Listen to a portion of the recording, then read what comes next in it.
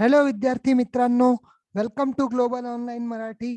Me Rahul sir, your management educator. आज तुमच्यासाठी घेऊन आलो आहे ह्युमन रिसोर्स मॅनेजमेंटचा पार्ट 4. आजच्या लेक्चरमध्ये आपण डिस्कस करणार आहे ह्युमन रिसोर्स मॅनेजमेंटचे काही टॉपिक्स, जसं रिक्रुटमेंट, सिलेक्शन आणि ट्रेनिंग. रिक्रुटमेंट आणि सिलेक्शन आपण मागच्या पार्टमध्ये डिस्कस केले होते. त्याच्यात आपले थोडे कमी प्रश्न झाले होते, पण आज आपण रिक्रुटमेंट, सिलेक्शन, ट्रेनिंगवर भरपूर प्रश्न करणार आहे. तर याच्या आधी मी तुम्हाला सांगू इच्छितो की आपल्या ग्लोबल ऑनलाईन मराठी चॅनलवर जर तुम्ही पहिल्यांदा व्हिजिट केलं असेल तर या चॅनलला सबस्क्राईब करून घ्या आणि ऑल नोटिफिकेशन्सला आपलं क्लिक करून घ्या. आणि आमची ॲप आहे ग्लोबल ऑनलाईन ॲप, तिला डाउनलोड करा. त्याच्यात आपल्याला भरपूर फॅसिलिटीज आहे, मॉक टेस्ट आहे, लाईव्ह क्लासेस आहे, नोट्स आहेत. तर यांनी तुम्हाला महाराष्ट्र सेटच्या प्रिपरेशनमध्ये एक नवीन चालना भेटेल. आणि आमच्या पेपर 1 प्लस पेपर 2च्या बॅचेस ऑलरेडी सुरू आहेत. त्यांना जॉईन करण्यासाठी दिलेल्या व्हॉट्सअप नंबरवर SMS मेसेज करून तुम्ही त्या बॅचेसला जॉईन करू शकता. क्वेश्चन नंबर 1 सुरू करूया. Which type of training is known as T group training? T group training या कोणत्या ट्रेनिंगला म्हटलं जातं? A, sensitivity training, B, role play training, C, job instruction training, किंवा D, none of the above. तर याच्यात आपल्याला विचारलं आहे की टी ग्रुप ट्रेनिंग कोणती ट्रेनिंग असते. तर टी ग्रुप ट्रेनिंग कशाला म्हटलं जातं याचा आपण करेक्ट आन्सर पाहू. Sensitivity training. सेन्सिटिव्हिटी ट्रेनिंग जी आहे तिला आपण टी ग्रुप ट्रेनिंग म्हणतो. सेन्सिटिव्हिटी ट्रेनिंगचं अजून एक नाव आहे ज्याला आपण म्हणतो लॅबोरेटरी ट्रेनिंग. सेन्सिटिव्हिटी ट्रेनिंग आणि याचे दोन नावं आहे. एक तर ही टी ग्रुप जे आपल्याला क्वेश्चननी विचारलं, आणि दुसरी laboratory training.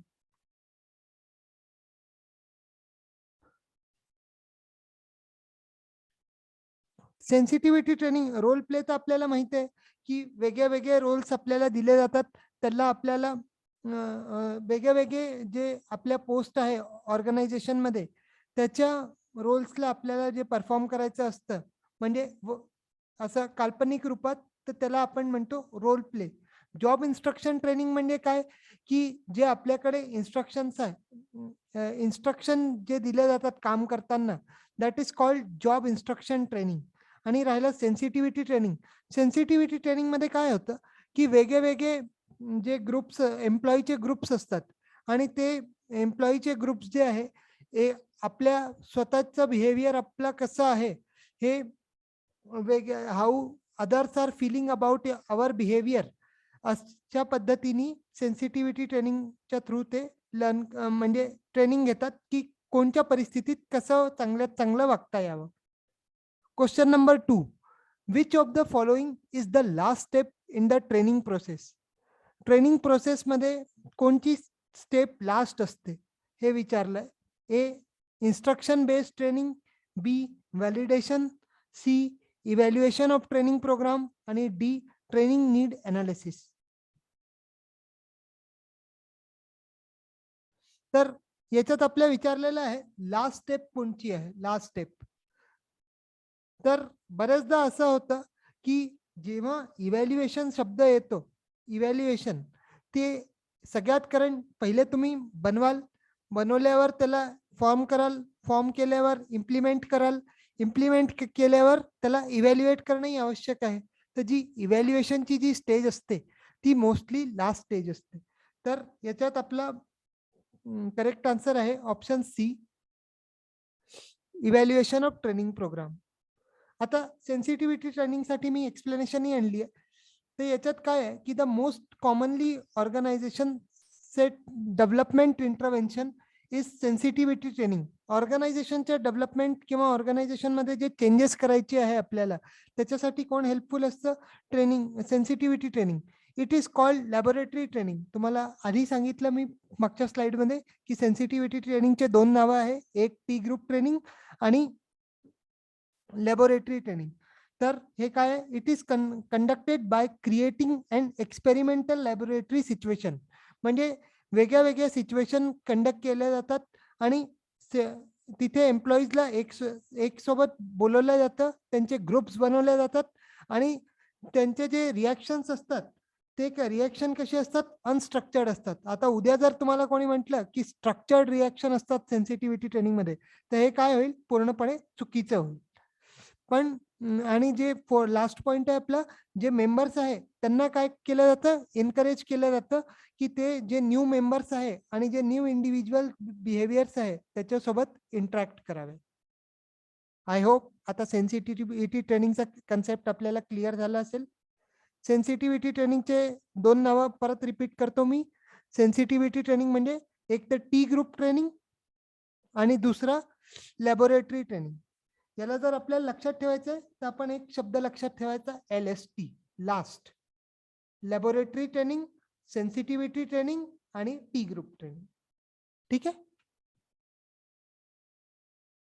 Question number 2, which of the following is the last step of training process. हे आपण ऑलरेडी डिस्कस केलंय, तर याचा करेक्ट आन्सर आहे option C, evaluation of training programme.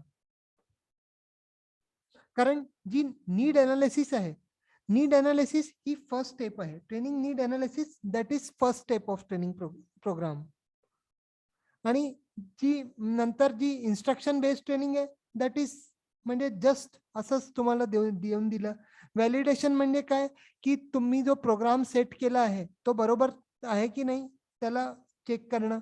आणि जे इव्हॅल्युएशन आहे, जेव्हा तुम्ही शिकवून द्याल, आपला प्रोग्राम इम्प्लिमेंट करून द्याल, त्याच्यानंतरच तो प्रोग्राम कितपत सक्सेसफुल झाला त्याला कोणत्या स्टेपमध्ये करू आपण, इव्हॅल्युएशन ऑफ ट्रेनिंग प्रोग्राम मध्ये. Question number 3. In which type of training methods the same employee is asked to work in different departments simultaneously? याच्या प्रश्नामध्येच उत्तर आहे. तर आपले ऑप्शन्स आहे simulation, B job instruction training, C seminars आणि D job rotation. तर याचा करेक्ट आन्सर आहे डी जॉब रोटेशन.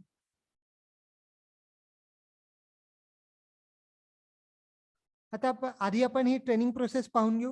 ट्रेनिंग प्रोसेसमध्ये फर्स्ट स्टेप आहे नीड असेसमेंट, म्हणजे ट्रेनिंग नीडला अनालाइज करणं की कुठे गरज आहे, कोणत्या एम्प्लॉईला गरज आहे, असं आहे. मग काय करू आपण, ऑब्जेक्टिव्ह सेट करू. ऑब्जेक्टिव्ह सेट केल्यावर डिझायनिंग करू, म्हणजे आपला जो प्रोग्राम आहे त्याला डिझाईन करू. मग डिझाईन केल्यावर प्रोग्रामला इम्प्लिमेंट करू आणि इम्प्लिमेंट केल्यावर इव्हॅल्युएट करू. आता हे जर स्टेप्स आपल्याला सिक्वेन्स मध्ये पेपरात आले तर आपल्याला व्यवस्थित लावता आल्या पाहिजे. याच्यासाठी तिथे ते शब्दही बदलतील, कन्फ्यूज नाही व्हायचं, पण स्टेप्स याच राहतील. तर याच्यात आपण एक निमोनिक तयार करू. इथे एक मिनिट,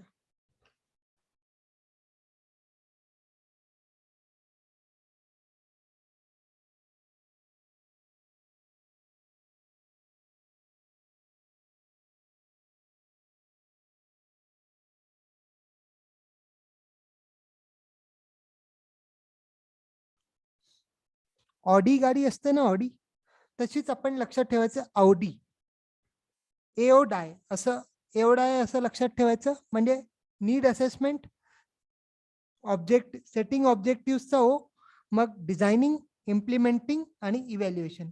आवडी असं आवडीचं असतं, आवडी म्हणतो ना आपण, तुमच्या आवडीचं काय आहे तशासारखं आवडी आपण लक्षात ठेवायचं. क्वेश्चन नंबर 3 ही आपला झाला आहे. जॉब रोटेशन याचा करेक्ट आन्सर आहे. जॉब ही मेथड कुठे पाहिल्या जाते जॉब रोटेशन मध्ये, स्पेशली जे बँकिंग सेक्टर असतात. तर जेव्हा आपल्या बँकच्या एम्प्लॉईला वेगळे वेगळे स्किल्स हवे, आता जसं कोविड होतं, तर कोविड मध्ये काय होतं की 50% कॅपॅसिटीवर चालायचं. तर 50% कॅपॅसिटीमध्ये काय की एम्प्लॉई तर तुमचे 4च येऊन राहिले, पण जे 4 येऊन राहिले त्यांना बाकीचेही कामं यायला पाहिजे ना, म्हणून त्याला एकाला क्लरिकल वर्क दिलं, दुसऱ्याला कॅशियरच्या जागेवर बसवलं.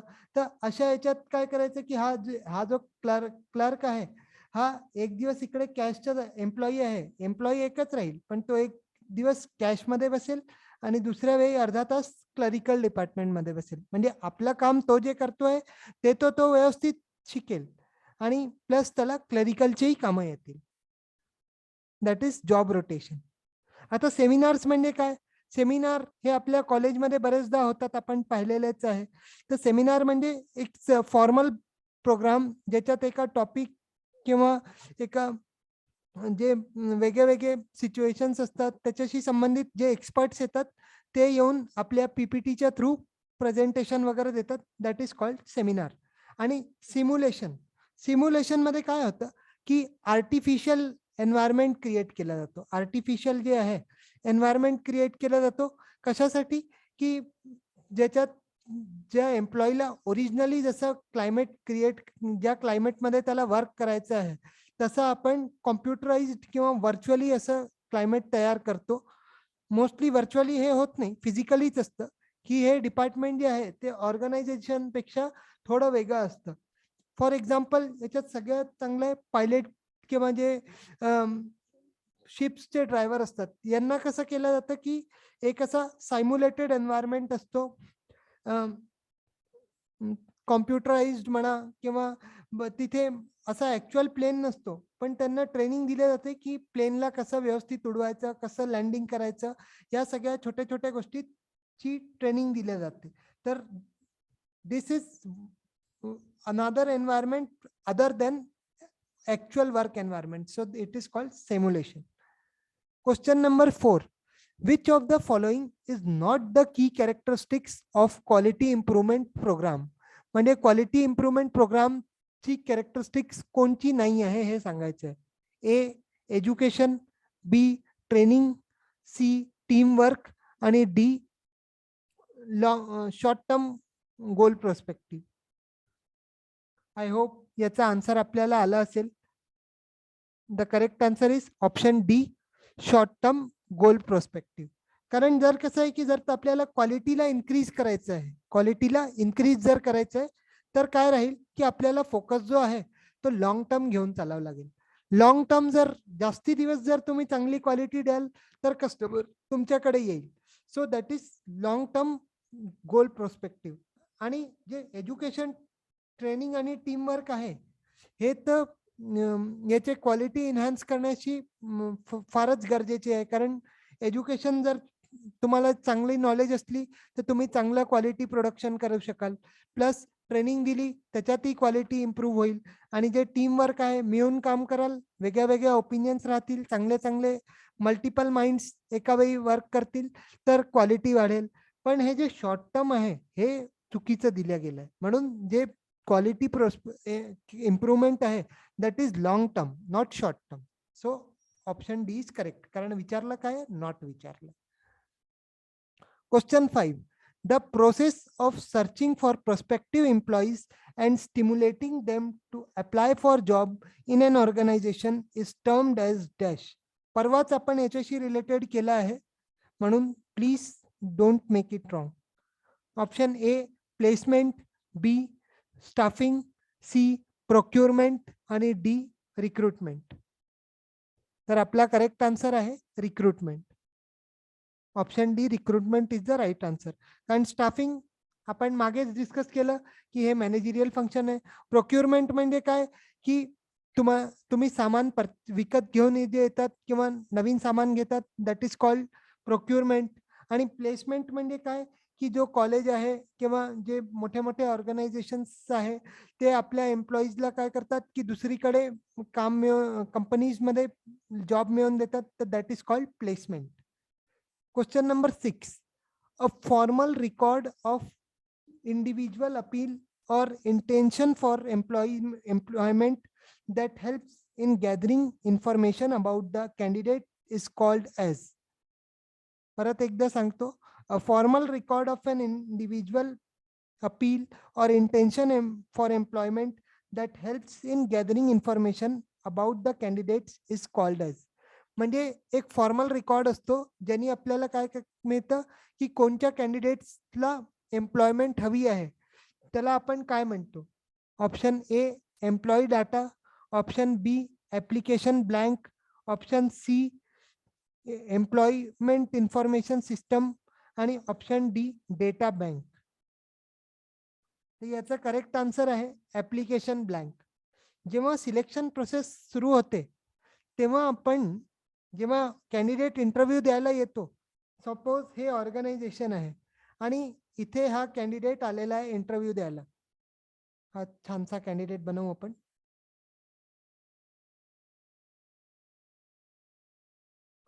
हा कॅन्डिडेट आलेला आहे. माझी ड्रॉइंग तेवढी खास नाही आहे, पण तुम्हाला एक समजावून राहिलो. हा आलेला या ऑर्गनायझेशन मध्ये. तर हे ऑर्गनायझेशन वाले काय करतील की याला एक फॉर्म देतील की बाबा रे हा फॉर्म भरून दे, आणि या फॉर्मवर त्याला विचारतील की सगळं नाव काय आहे, ऍड्रेस काय आहे, तुझं क्वालिफिकेशन आहे का, वर्क एक्सपिरियन्स आहे, याच्या आधी किती कंपनीज मध्ये काम केलंय, आणि या बेसिसवर त्यांना काय मिळेल की याला कामाची गरज कितपत आहे, how much employ, to what extend the employment is required for this employee. तर मग आणि ज्या एम्प्लॉय ऑर्गनायझेशनचे जे ठरलेले स्टँडर्ड्स असेल त्याला जर याचे क्वालिफिकेशन्स आणि एक्सपिरियन्स मॅच करतील आणि याची जी वर्किंग क्वालिटी आहे इंटरव्ह्यू घेतल्यावर जी माहिती होईल त्यांना ती जर मॅच करेल तर then they will select the employ. So application blank जे आहे हे फॉर्मल रेकॉर्ड असतो. Question number 7. Which of the following points should be adhered to when an interviewing. म्हणजे इंटरव्ह्यू घेताना कोणत्या गोष्टींची खात्री घ्यावी. Option A, ask demanding and leading question. Option B, get too engrossed in the interview to follow the plan. Question C, interrupt frequently. आणि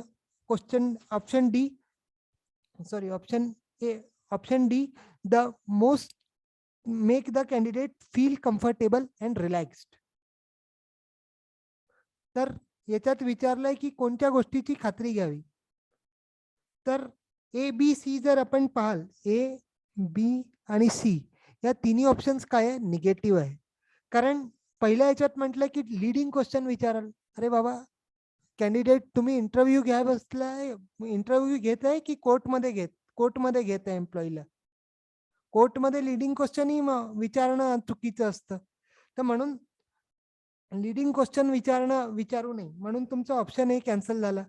मग option बी काय म्हणतं की get too engrossed in the interview to follow the plan. म्हणजे तुम्ही जर ठरवून बसले की हे प्रश्न विचारायचे आणि कॅन्डिडेट एकाचं उत्तर देत नाही की तुमचा दुसरा प्रश्न, दुसऱ्याचं उत्तर देत नाही की तिसराचा प्रश्न, की असं एकदम आक्रमक नाही व्हायचं ना, अग्रेसिव्ह नाही व्हायचं आपल्याला. तर म्हणून ऑप्शन बी चुकीचं आहे. ऑप्शन सी काय, इंटरप्ट फ्रिक्वेंटली.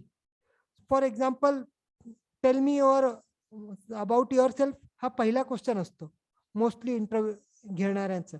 तर तो सांगून राहिला की माझं नाव ABC आहे, मी इथून इथून शिकलो आहे, इथे राहतो आहे, आणि त्याच्यात विचारलं की तुझं वर्क एक्सपिरियन्स काय, तो एकदम कन्फ्यूज होऊन जाईल ना. म्हणून असं इंटरप्शन नाही करायचं. आणि ऑप्शन डी जो आहे तो सगळ्यात योग्य ऑप्शन आहे क्वेश्चनच्या हिशोबाने. Make the candidate feel comfortable and relaxed. की कॅन्डिडेटला वाटू द्या की तो तुमच्याकडे व्यवस्थित इंटरव्ह्यू देऊन राहिला आहे आणि रिलॅक्स घेऊन, म्हणजे एकदम टेन्शन मध्ये नाही टाकायचं कॅन्डिडेटला. कारण कसं असतं की कॅन्डिडेट जो आहे तोही जो फ्रेशर असतो तो फर्स्ट टाइम इंटरव्ह्यू द्यायला जातो तेव्हा खूप पॅनिक होऊन जातो. आपल्याला पॅनिक नाही व्हायचं, गेल्याबरोबर व्यवस्थित बसायचं आणि मग जेव्हा ते विचारतील तेव्हा आपण सुरू करायचं. आणि जोपर्यंत ते बसा म्हणतात नाही, हे चांगले कॅन्डिडेटचे लक्षणं असतात. म्हणजे की जोपर्यंत इंटरव्ह्यूअर तुम्हाला हॅव अ सीट नाही म्हणत तोपर्यंत आपण स्वतः जाऊन बसायचं नाही. Question number 8. Decision making is faster is in which type of organisation. Decision making जे आहे ते कोणत्या ऑर्गनायझेशन मध्ये फास्टर असतं. Option A, centralised organisation. Option B, flat organisation. Option C, tall organisation. आणि option D, none of the above. खूप easy question आहे. तर आपण याचा करेक्ट आन्सर पाहू. Option D, flat organisation is the correct answer. कारण tall organisation मध्ये काय होईल की एक लेवल इथे राहील, मग इथून इथे येईल, मग इथून इथे येईल, मग इथून इथे येईल. A B C D अशा 4 लेवल्स क्रॉस करून जर डी वाल्याला जर डिसिजन घ्यायचं आहे तर तो तर ए ची वाट पाहिल, मग बी चं अप्रुव्हल घेईल, मग सी चं अप्रुव्हल घेईल, मगच त्याचं डिसिजन फायनल होईल. असं ते खूप वेळ लागेल ना याच्यात. आणि फ्लॅटमध्ये कसं राहील की फ्लॅटमध्ये ए वाला इथे बसला आहे, बी वाला इथे बसला आहे, सी वाला इथे बसला आहे, मग त्याच्या अंडरमध्ये असे लोक काम करून राहिले, 1 2 3 असे लोक काम करून राहिले वेगळे वेगळे. तर इथे काय होईल की जे बीच्या डिपार्टमेंटमध्ये जे काम आहे, तो बी वाला पटकन डिसिजन घेईल आणि सांगेल की 2 नंबरच्या माणसाला की हे असं असं काम करायचं. तर इथे डिसिजन मेकिंग जे आहे ते फास्टर राहील. म्हणजे ए ला विचारायची गरज नाही आणि सी लाही विचारायची गरज नाही. बी आपला डिसिजन स्वतः घेईल in case of flat organisation. आणि जो सेंट्रलाइज्ड आहे, सेंट्रलाइज्ड मध्ये कशी राहील, जसं लिडरशिप असतं, ऑटोक्रॅटिक लिडरशिप, की पूर्ण पॉवर जी आहे ती सेंट्रल मध्ये असते. पूर्ण पॉवर जी आहे ती सेंटर मध्ये असते. आणि एकदा जो लीडर म्हणतो तो पूर्ण ऑर्गनायझेशनला मान्य करा, सॉरी पूर्ण ग्रुपला मान्य करावं लागतं. तर सेंट्रलाइज्ड ऑर्गनायझेशन मध्ये हे शक्य नाही. Question 9. Which of the following is not the steps in the selection process. याच्यात आपल्याला विचारलंय की सिलेक्शन प्रोसेसमध्ये कोणत्या स्टेप्स नसतात दिलेल्यापैकी. A document verification, B medical examination, C selection test आणि D none of the above. तर याच्यात आपल्याला आन्सर खूप इझी आहे. तर आपला जो करेक्ट आन्सर आहे नन ऑफ द अबव. कारण कसं आहे की आता जसं याच्यात आपण उदाहरण घेऊ बँकेच्या एक्झाम्सचं किंवा मिलिटरी, जसं बँकेचं एक्झामचं उदाहरण घेऊ. बँकेमध्ये काय होतं की तुमची टेस्ट होत, आधी तुम्ही फॉर्म भरता, मग तुमचं ऍडमिट कार्ड येतं, मग तुम्ही एक्झाम देता. तर याच्यात आपली स्टेप सी तर बरोबर झाली की एक्झाम होईल, सिलेक्शन टेस्ट होईल. मग सिलेक्शन टेस्ट नंतर काय करतील की ते डॉक्युमेंट, तुमचा इंटरव्ह्यू झाला, इंटरव्ह्यू झाल्यावर सगळे डॉक्युमेंट्स पाहतील ना, जे डिटेल्स तुम्ही फॉर्म भरताना दिले ते कितपत बरोबर आहे हे तर ते पाहतील ना, की असंच घेऊन घेतील तुम्हाला की तुम्ही तिथे ग्रॅज्युएशन टाकलंय आणि सध्या ग्रॅज्युएशन आहे चालू, असं अशा कॅन्डिडेटला तर घेणार नाही ना. म्हणून document verification is also important.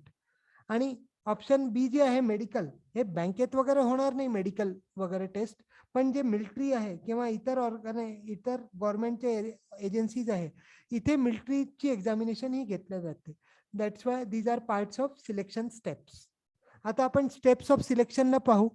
सगळ्यात पहिले काय होईल, तुम्ही गेले, प्रिलिमिनरी इंटरव्ह्यू झाला, मग तुमचे ऍप्लिकेशन्स रिसीव्ह होतील, मग स्क्रीनिंग केल्या जाईल ऍप्लिकेशनची, मग एम्प्लॉयमेंट टेस्ट होईल, मग इंटरव्ह्यू होईल, फायनान्स रेफरन्स चेकिंग होईल, मग मेडिकल एक्झामिनेशन होईल आणि त्याच्यानंतर फायनल सिलेक्शन होईल.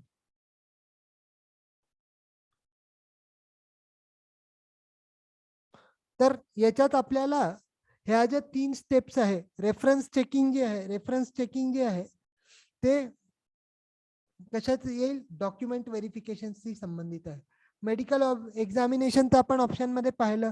आणि जे सिलेक्शन टेस्ट आहे, सिलेक्शन टेस्ट ही कशाशी रिलेटेड आहे, एम्प्लॉयमेंट टेस्टशी रिलेटेड आहे.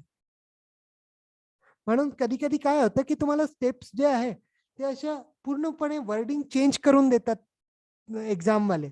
त्याच्यामुळे काय कन्फ्यूज नाही व्हायचं, स्टेप्स ह्याच राहतील, फक्त जे आहे वर्डिंग जी आहे, जी लँग्वेज आहे ती थोडीशी अदल बदल होऊ शकते.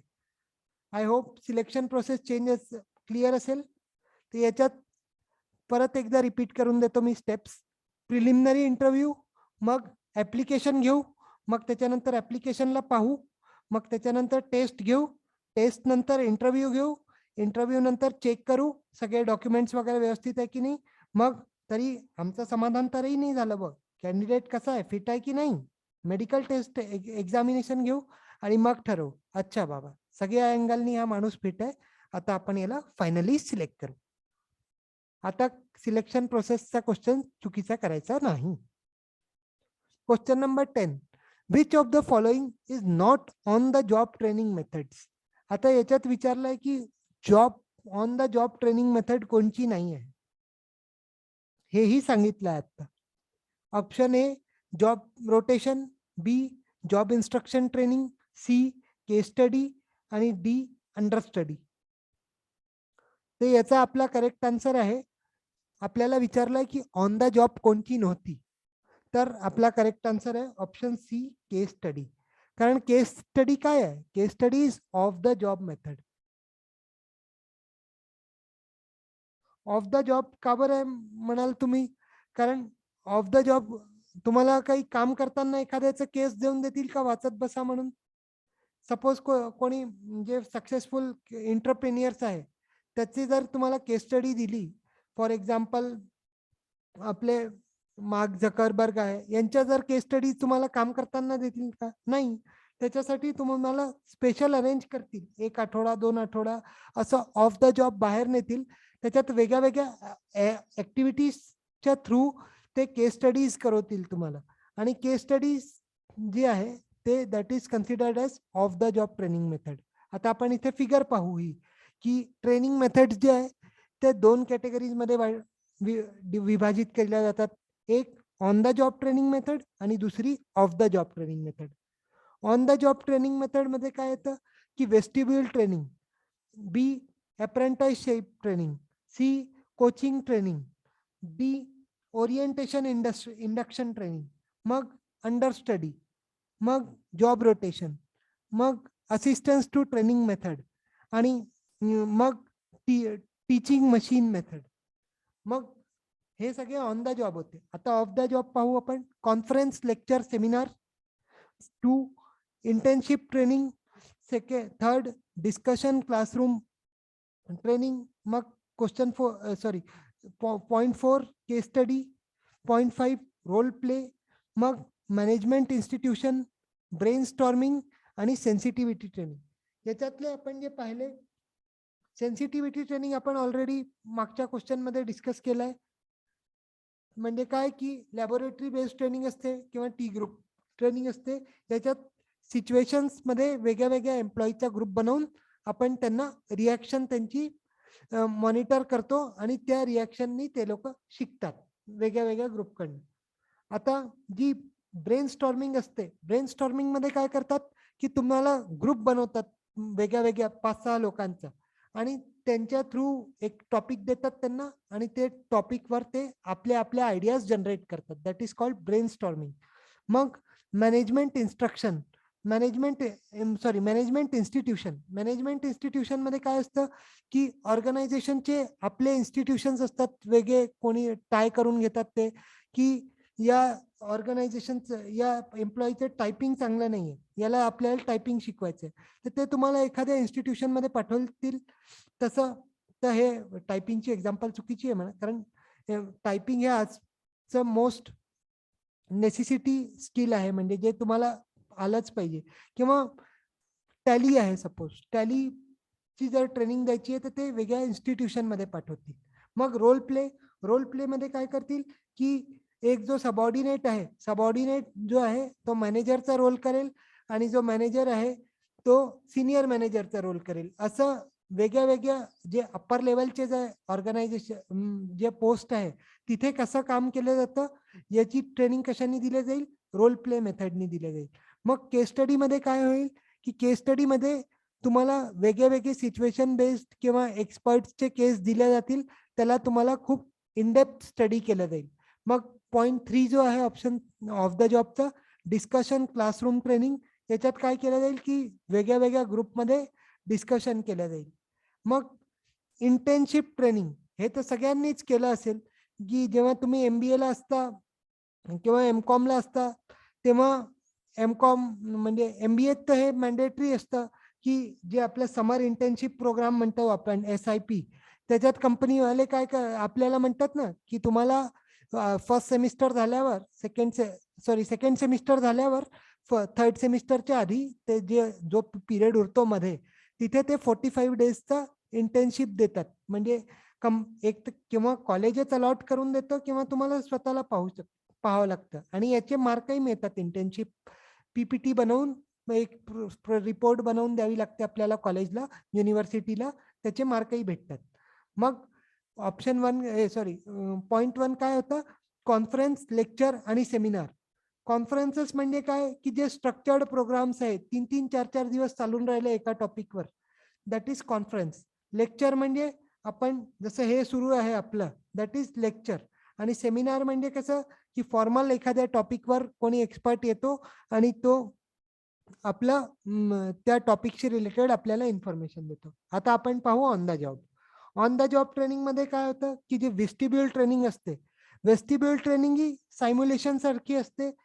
सायम्युलेशन मध्ये जसं होतं की इथे कसं होतं की ऑर्गनायझेशनच आपल्या एका रूम मध्ये किंवा दुसऱ्या थोड्याशा एरियात एक अशी जागा निर्माण करते ज्याच्यात आर्टिफिशियली तुम्हाला एक काम जे आहे जे तुम्हाला करायचं आहे ते आर्टिफिशियली पद्धतीने शिकवलं जातं.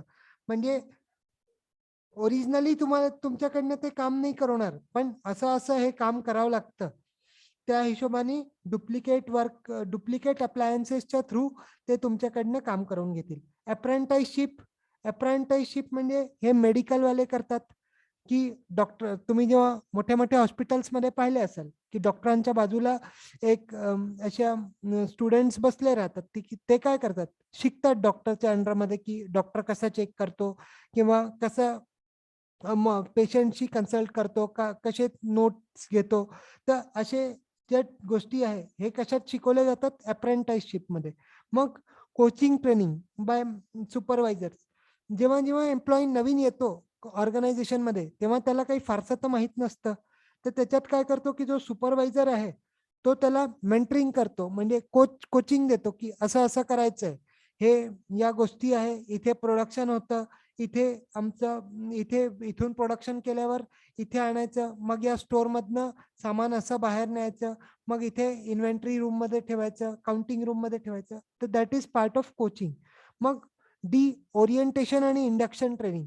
इंडक्शन ट्रेनिंग, ओरिएंटेशन आणि इंडक्शन ट्रेनिंग मध्ये काय की वेलकम ट्रेनिंग असते ही, म्हणजे की आमचं ऑर्गनायझेशन असं असं आहे, याच्यात तुम्हाला अशा अशा पद्धतीने काम करायचं आहे. ऑर्गनायझेशन बद्दल जितकी डिटेल आहे ती कशात दिली जाते, इंडक्शन ट्रेनिंग मध्ये दिल्या जातील. मग under study, under study training सुद्धा ऑन द जॉब ट्रेनिंग आहे. इथे जो मोठा पोस्टचा असतो मॅनेजर असतो तो आपल्या सबऑर्डिनेटला आपल्या अंडर म्हणजे आपल्या समोरासमोर ठेवून काम करवतो, की मी इथे उभा आहे, माझ्या समोर असं असं हे काम कर, हे मशीन अशीची अशी चालवून दाखव. जॉब रोटेशन, जॉब रोटेशनचं तुम्हाला मागच्या क्वेश्चन्स मध्ये मी बँकेचं उदाहरण दिलं, की वेगळ्या एकाच एम्प्लॉईला वेगळ्या वेगळ्या जॉब्स मध्ये एक थोड्या थोड्या वेळाने ते पाठवतात, म्हणजे तर दॅट इज जॉब रोटेशन. आणि मग असिस्टन्स टू ट्रेनिंग मेथड.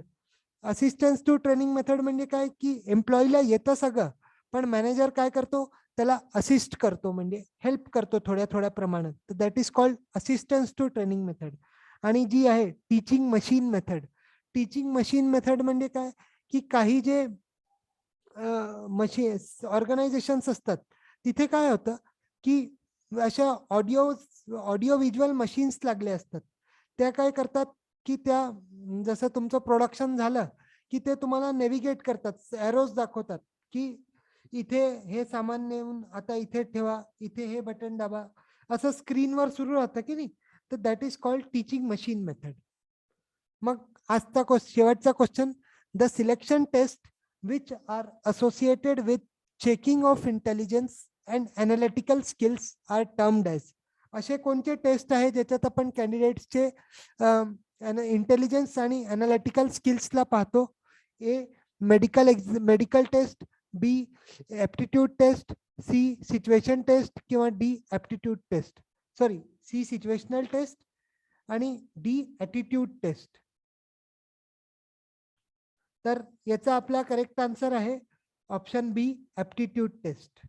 आता इथे स्पेलिंगवर खूप लक्ष देण्यासारख्या गोष्टी होत्या, कारण इथे ऍटिट्यूड आणि ऍप्टिट्यूड हा जर सेम ॲज इट इज पेपरमध्ये आला असता तर काही लोकांनी घाईघाईत ऍटिट्यूडला ऍप्टिट्यूड वाचूनही टिक करून दिलं असतं. होतं असं घाईघाईत, अशा चुका टाळायच्या. म्हणजे ह्या हे एकदा माझ्या हातून झालेलं आहे म्हणून मी सांगून राहिलो एक क्वेश्चन मध्ये. मी अशा आपल्या हातून होऊ नये म्हणून मी सांगतो की अशा चुका टाळाव्या. म्हणजे तर याच्यात हे मेडिकल टेस्ट जो आहे ते तर नाही होणार, कारण इथे काही तुमचं बॉडी चेकअप वगैरे तर चालू नाहीये. ऍप्टिट्यूड हे माइंडशी रिलेटेड आहे, इंटेलिजन्सशी रिलेटेड आहे. So that is the correct answer.